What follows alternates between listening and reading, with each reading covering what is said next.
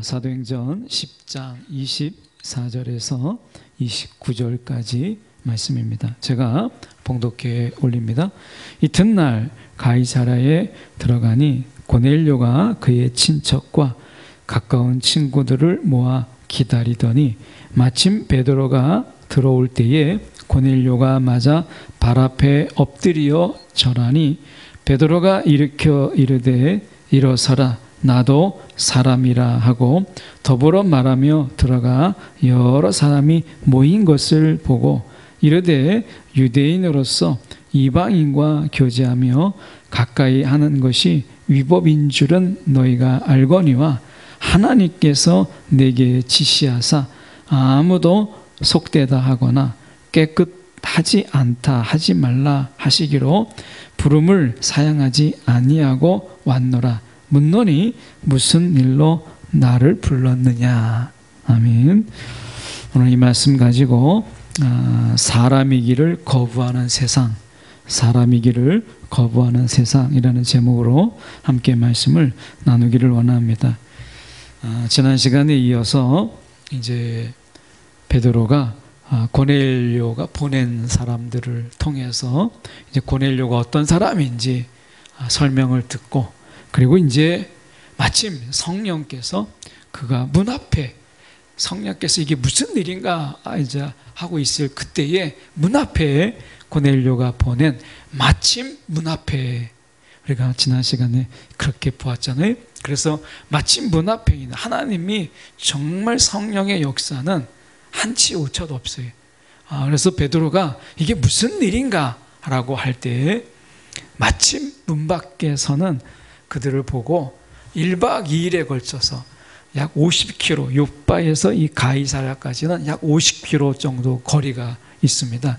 지금이야 뭐 이렇게 차가, 대중교통이나 또는 차가, 교통 이런 것들이 잘 발달되어 있다 보니까 그렇게 시간이 많이 걸리진 않겠지만, 이때 당시에는 요바에서 이 가이사랴까지 약 50km 정도 거리가 되어 있는 굉장히 먼 거리입니다. 그래서 당시의 수준으로는 중간에 어딘지 모르지만 요바에서 가이사랴까지 오는 데까지 그들이 어느 중간에 그들이 1박을 하고 와야 되는 그런 거리예요. 그래서 1박 2일에 걸쳐서 오게 됩니다. 그게 24절의 이튿날이라는 의미예요. 그러니까 굉장히 먼 거리를 이제 베드로와 그 일행, 대략 한 10명 정도 되죠.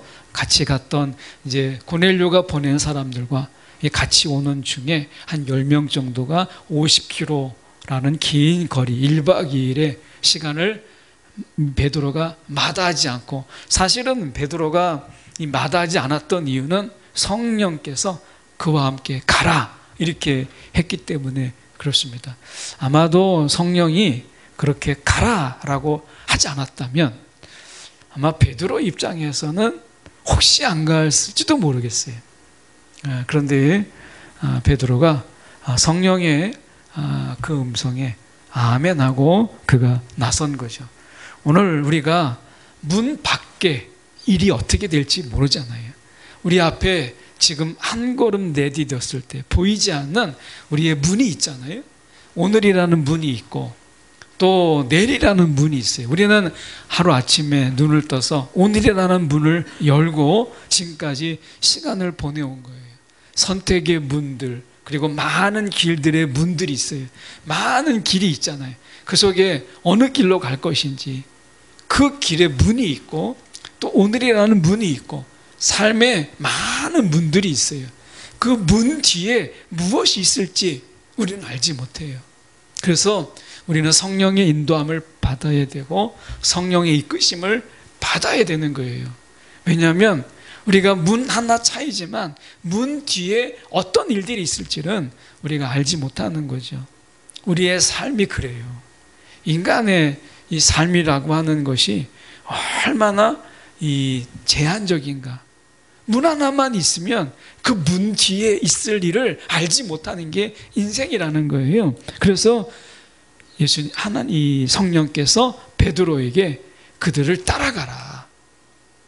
문 밖에 있는 그들을 따라가라. 이렇게 말씀해 주신 것이죠. 오늘 우리에게도 많은 문들이 있어요.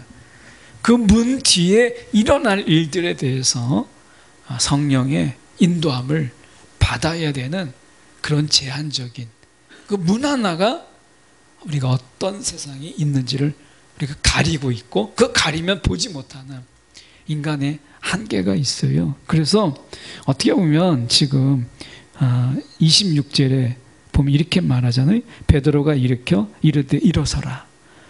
26절에 베드로가 일으켜 이르되 일어서라 이렇게 얘기했어요. 25절에 보십시오. 보면 마침 베드로가 들어올 때에 고넬료가 맞아 발 앞에 엎드려 절하니 이렇게 되어 있습니다. 이것은 굉장히 존귀한 자, 왕을 맞이하는 막 이런 심정으로 그가 이제 발 앞에 엎드려 절했다라고 하는 것은 굉장히 상대방을 굉장히 높였다라고 하는 것을 이야기하는 것입니다. 고넬료가 지금 베드로를 맞이하는 데 있어서 마치 그가 발 앞에 엎드려서 절했다라고 하는 것은 최고의 대우를 그가 한껏 자기를 낮추고 베드로를 높이는 이런 것이었죠.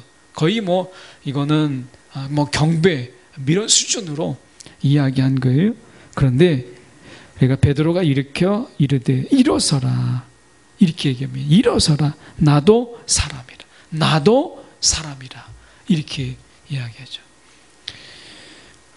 이 부활의 때에 이 여인들이 예수님께 이제 무덤가에 가까이 가는데 그 무덤이 비어 있는 것을 보고 천사들이 제자들에게 가서 너희가 갈릴리로 가라고 전해라. 예수님이 부활하셨다.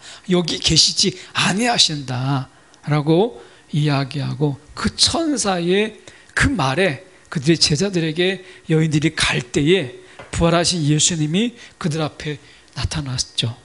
그때 여인들이 그 예수님을 부활하신 예수님 앞에 그들이 어떻게 했어요? 이렇게 했어요. 발 앞에 엎드려 절했다. 이 부활하신 예수님 앞에 이 예수님을 처음 만난 이 여인들이 예수님 앞에 했던 것이 발 앞에 엎드려 절하니. 그러니까 이게 얼마나 높은 수준의 그가 이 경배함을 보이는가 하는 것을 우리가 볼 수 있어요. 이 부활하신 예수님을 만났던 여인들의 이 어떤 그 발 앞에 엎드려 절하는 이 모습을 연상시킬 만큼 고넬료가 지금 베드로에게 굉장히 극진하게 그가 영접하고 있는 것을 지금 보고 있는 거죠. 근데 말씀해 보면 우리 성경에는 드러나지 않지만 26절에 가서 보시면 베드로가 일으켜 이르되 일어서라 나도 사람이라. 이 말은 우리가 나도 이 죽을 수밖에 없는 그런 존재다. 이런 뜻이에요.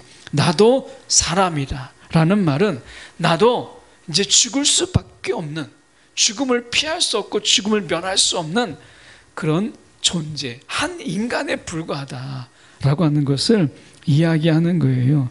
시편 39편 11절에 세 번역으로 보면 주님께서 인간의 잘못을 벌하시고 그 아름다움을 조미 먹은 옷같이 삭게 하시니 인생이란 참으로 허무할 뿐입니다. 그러니까 인간이라고 하는 것은 그 아름다움을 조미 먹은 옷같이 삭게 한다.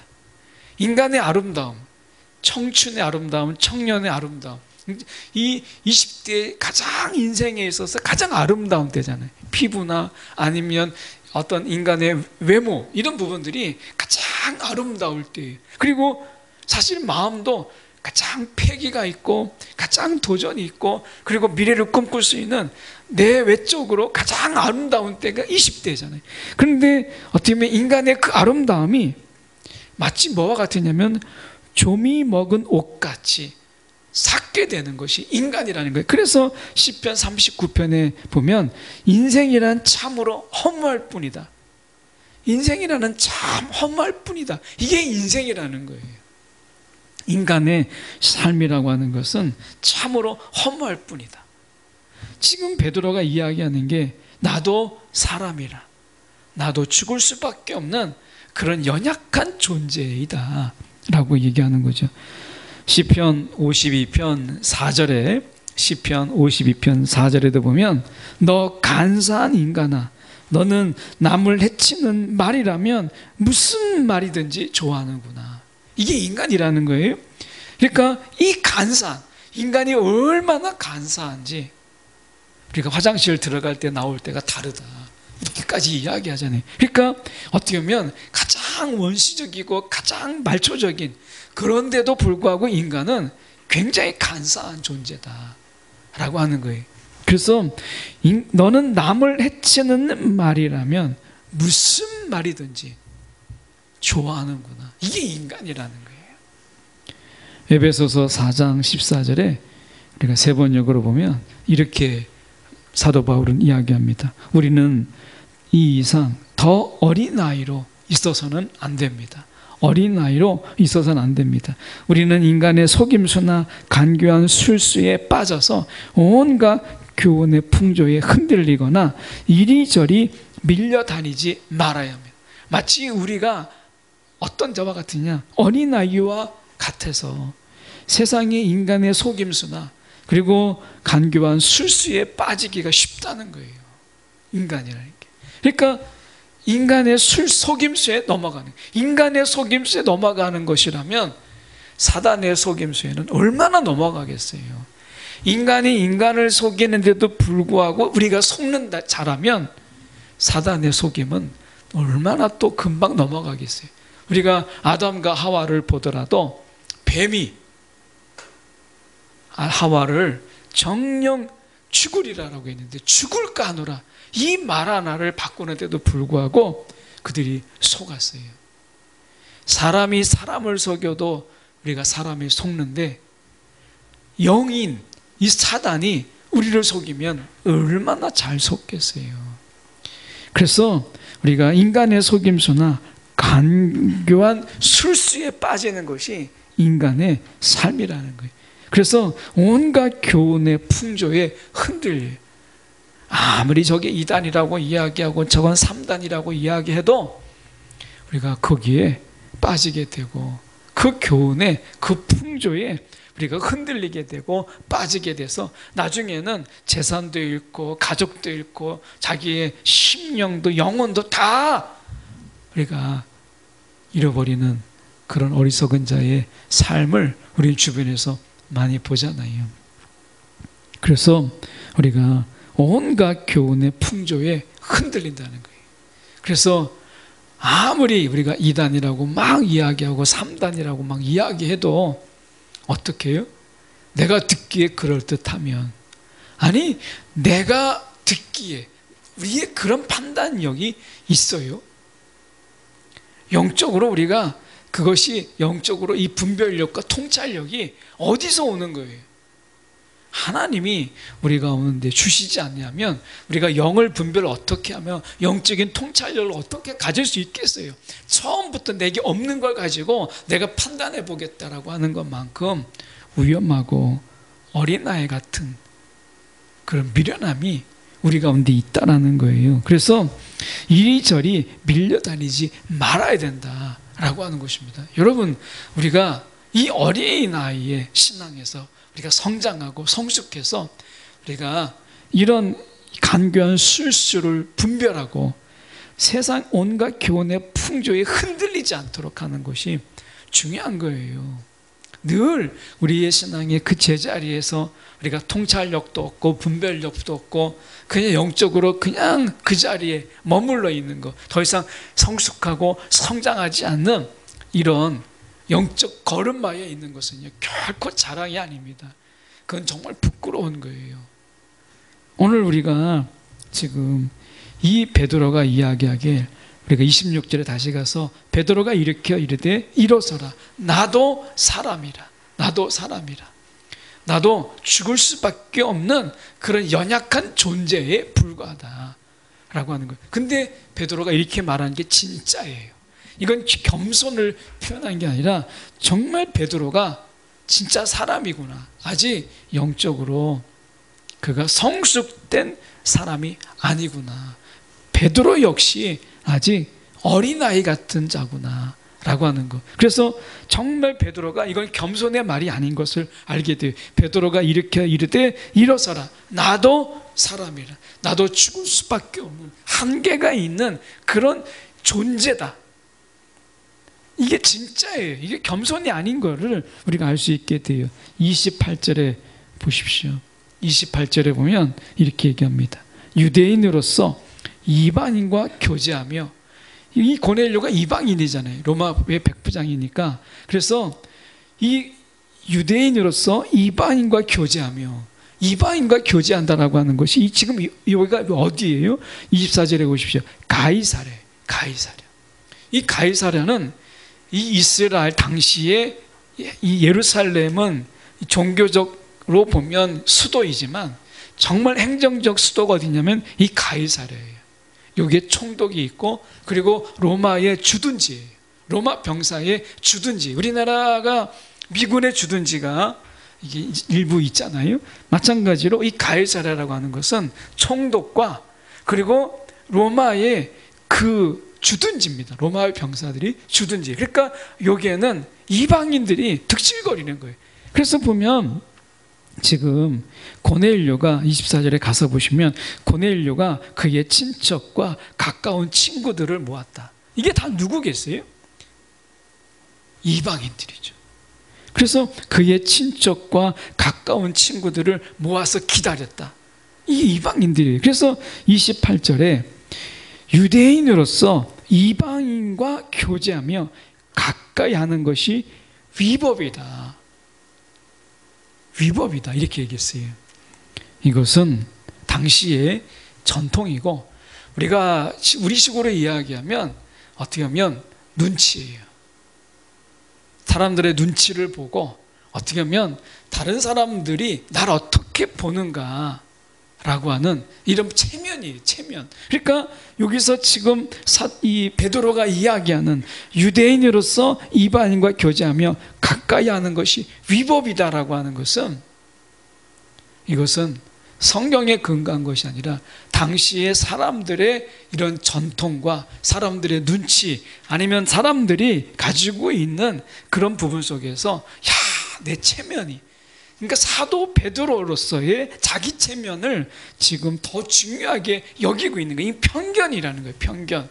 그래서 베드로가 아직 이 편견을 벗어나지 못하고 다른 사람들이 나를 어떻게 보는가, 하나님이 나를 어떻게 보는가 보다 다른 사람들이 나를 어떻게 보는가라고 하는 다른 사람의 시선, 그리고 체면, 채통, 이런 것을 지금 더 중요하게 여기고 있었다라고 하는 것을 말씀하고 있는 거예요. 그래서 이 베드로가 정말 사람이구나, 그가 사도이기 전에 정말 그가 사람이구나, 이 편견과 사람들의 눈치를 보고 다른 사람들이 나를 어떻게 생각하는가를 아직도 버리지 못하는 그러한 사람이구나 라고 하는 거예요. 우리가 사람이구나 라고 하는 것을 느낄 때가 언제예요? 죄 지을 때, 죄와 싸워서 우리가 죄에 패할 때, 우리 정말 사람이구나, 어쩔 수 없는 사람이구나 라는 걸 느끼잖아요.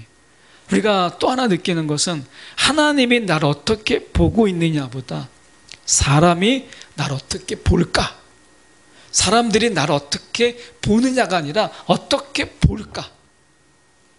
사람들이 지금 베드로에 대해서 굉장한 지대한 관심을 가지고 있거나 이렇게 말하기가 어렵거든요.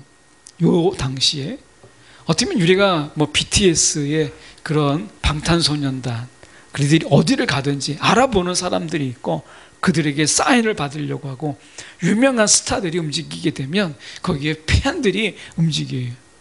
그래서 그들이 어떻게 하는가, 어떻게 나를 볼까, 이런 거 이해가 되지만, 지금 베드로가 지금 아이돌처럼 이런 팬클럽이 있는 것도 아니고, 사람들이 예수님처럼 막 무리를 지어서 베드로를 따라다니는 것도 아니잖아요.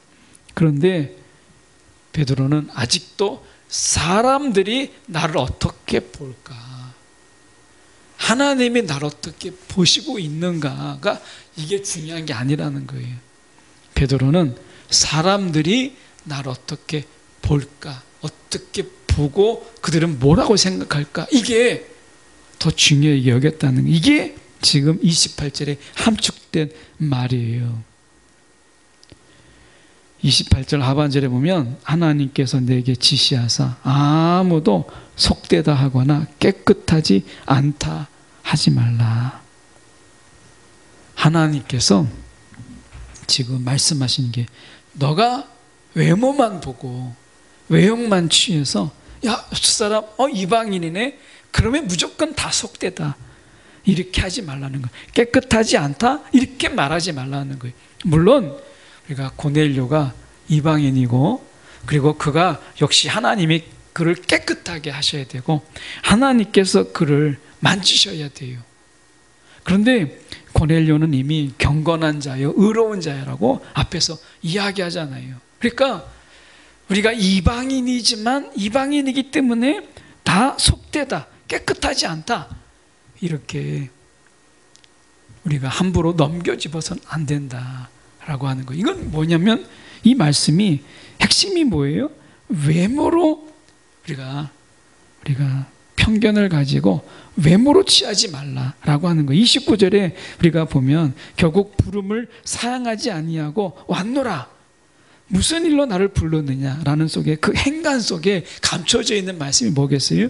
하나님은 외모를 취하지 아니하시고 인종을 차별하지 않으신다. 하나님은 외모를 취하지 아니하신다. 헬라인인지 아니면 이방인인지 아니면 유대인인지 외모를 가지고 그 사람의 경건과 그 사람의 신앙을 외모로 보고, 그가 어디에 유대인인지 그러면 그는 경건한 자고, 이방은 다 우리가 속되고 경건하지 않는 자로 이렇게 구분하지 말라는 거예요. 이걸 우리가 우리 시대에 적용을 해보면 좀 더 정말 우리가 안타까운 이야기지만, 저 교회 다닙니다 라고 해서 다 경건한 게 아니고, 나 교회 그냥 다녀왔습니다 하면 다 깨끗한 자가 아니라는 거예요. 그걸로 우리가 판단하지 말라는 거예요.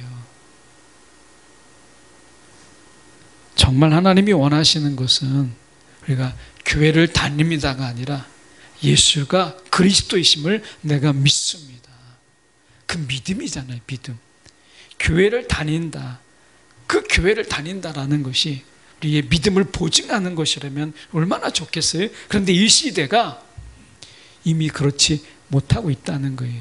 그 교회 나오는 거 너무나 귀한 거예요. 참으로 정말 우리가 하나님 앞에 감사한 일이. 그런데 교회를 다닌다라고 하는 것이 우리가 경건하다, 교회를 다닌다라고 하는 것이 믿음이 좋다, 교회를 다닌다는 것이 내가 하나님 말씀에 정말 내가 늘 순종하는 마음으로 산다, 이런 의미로 우리가 담아야 되는데, 그래서 안디옥 교회 교인들에게 그들이 그리스도인이라 하는 업신여기는 말로 했지만, 나중에 어떻게 됐어요?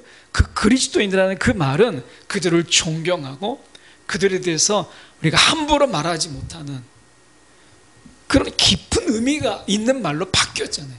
근데 이 시대에 또 그 의미가 또 바뀌었어요. 안디옥 교인들을 처음에 우리가 비아냥거리고 했던 그런 말투로 이 시대가 또 바뀌었어요. 그리스도인 하면 우리가 믿음이 있는 사람, 이런 의미가 아니라는 거예요. 오늘 이 시대에 그리스도인이라는 의미가 안디옥 교회의 교인들을 가리켰던 그 말의 의미, 본래적인 그 의미, 조롱이 아닌, 그들이 정말 존경심을 가지고 내가 예수를 믿지 않더라도 당신을 보니 정말 예수가 살아계십니다라고 하는 깊은 의미로, 그리스도를 닮은 자군요 라고 하는 이런 의미로 회복돼야 될 때라는 거예요. 그래서 우리가 이 시대에 교회 다니는 사람, 이 말의 의미도 우리가 정말 신실한 사람, 믿음이 있는 사람, 이런 말로 우리가 우리 때 바꿔야 바꿔야 된다. 이런 사명이 있다라는 거예요. 그 교회를 다닙니다. 이게 얼마나 좋은 말이에요. 교회를 다닙니다.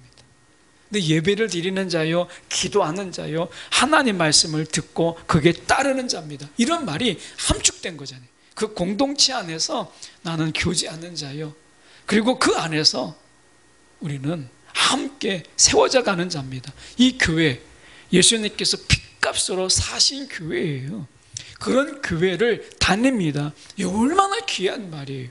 그런데 이 말이 어느덧 순간에 마치 시장을 가는 것처럼, 마치 극장을 가는 것처럼, 영화를 보러 가는 것처럼 나 교회 다닙니다, 이런 말로 우리가 너무 저급한 말로 사용되고 있는 이 시대를 우리가 힐난하고 그들이 잘못됐다라고 말할 것이 아니라, 이 안디옥 교회가 그리스도인이라는 것을 조롱했던 말을 나중에 진정한 의미로 바꾸었던 것처럼 이 시대에 나는 교회 다닙니다 라는 이 말이 그들조차도 함부로 쓰지 못하는, 그래서 야, 교회 간다라는 게 이런 뜻이구나, 그들조차도 교회 다닌다, 아, 존경합니다, 이런 의미로 우리가 쓰일 수 있도록 이 의미를 바꿀 수 있는 사명이 저와 여러분 가운데 있다라는 거예요. 그렇게 말하는 자를 우리가 뭐라고 할 게 아니라 그들이 쓰는 말의 진정한 의미를 바꾸는 것, 이게 안디옥 교회 교인들의 역할이었어요. 왜 그리스도인이라고 조롱하느냐 이렇게 따지지 않았어요. 싸우지 않았어요. 언쟁하지 않았어요. 그리스도인답게 그냥 살았어요. 그 조롱하는 말들이 결국엔 진정한 의미를 가지고 있는 것처럼, 아, 제 교인이래, 아, 제 교회 다닌데, 이런 뒤에서 조롱하고 힐난하는 그 소리를, 아, 제 교회 다닌데, 야, 정말 다시 보게 돼, 정말 대단하지 않아? 이런 의미로 바꿀 수 있는 그런 우리의 삶이, 또한 우리의 그런 신앙이 돼야 된다는 거예요. 그게 지금 우리가 이 시대에 가지는 그런 사명이에요. 이 시대는요, 우리가 사람이기를 거부하는 세상입니다. 사람이기를 영원히 막 살 것처럼. 그래서 우리가 AI가 나오고 4차, 우리가 이런 어떤 4차 산업, 이런 어떤 이런 속에서 우리 인간의 수명이 이제 신앙이 없어도 우리가 정말 더 많이 살 수 있는, 과학적으로는 벌써 150세, 200세까지 이야기를 하잖아요. 이제 인간이 신이 되어버렸어요. 유발 하라리가 이야기하는 것처럼 호모데우스, 이제 인간은 신을 만들 필요가 없이 이제 인간이 스스로가 신이 되어버린 이런 시대에 우리가 살고 있어요. 그래서 사람들은요, 더 이상 이제 사람의 길을 거부하는 이런 세상입니다. 이제 인간은 더 이상 인간이 아니고 이제 호모데우스예요. 인간은 이제 스스로 신이 된 존재, 신을 만드는, 우상을 만드는 존재들이 아닙니다. 신을 만들었던 인간은 이제 스스로 신이 되어버리는 이런 세상에 살고 있어요. 어쩌면 우리가 앞으로의 시대 속에서는 내가 사람이라, 나는 죽을 수밖에 없는 연약한 존재라 라고 말하는 것이 오히려 귀하게 들릴 것 같은, 아무도 그런 얘기를 하지 않는 이런 세상에 우리가 살지 모르겠어요. 아무도 스스로를 사람이라고 말하지 않는 이런 세상을 우리가 맞이할 것 같지 않아요? 누구나 다 그냥 살아있는 신이 되는, 그래서 스스로 사람이기를 거부하는 이런 세상에 우리가 맞이할지 모릅니다. 잊지 마십시오. 저와 여러분은 이 베드로처럼 나도 사람이라. 여러분, 우리가 사람이에요. 신이 아니에요. 사람이에요. 죽을 수밖에 없는, 넘어질 수밖에 없는, 그리고 죽음을 면할 수 없는 그런 존재예요. 하나님이 없이는 아무런 의미가 없는 그런 사람, 그것이 우리라고 하는 것을 기억하십시오. 내가 사람이다. 내가 사람이다. 이것을 우리가 기억하는 저와 여러분이 됐으면 좋겠어요. 우리 앞에 죽음이라고 하는 것이 정말 은혜라는 거예요. 그것 때문에 세상을 함부로 살 수 없고 그것 때문에 내가 신이 되는 것을 거부할 수 있어요. 우리가 말씀 속에서 다시 우리가 26절 베드로가 일으켜 이르되 일어서라 나도 사람이라. 오늘 이 말씀을 기억하는 저와 여러분이 되기를 간절히 소망합니다.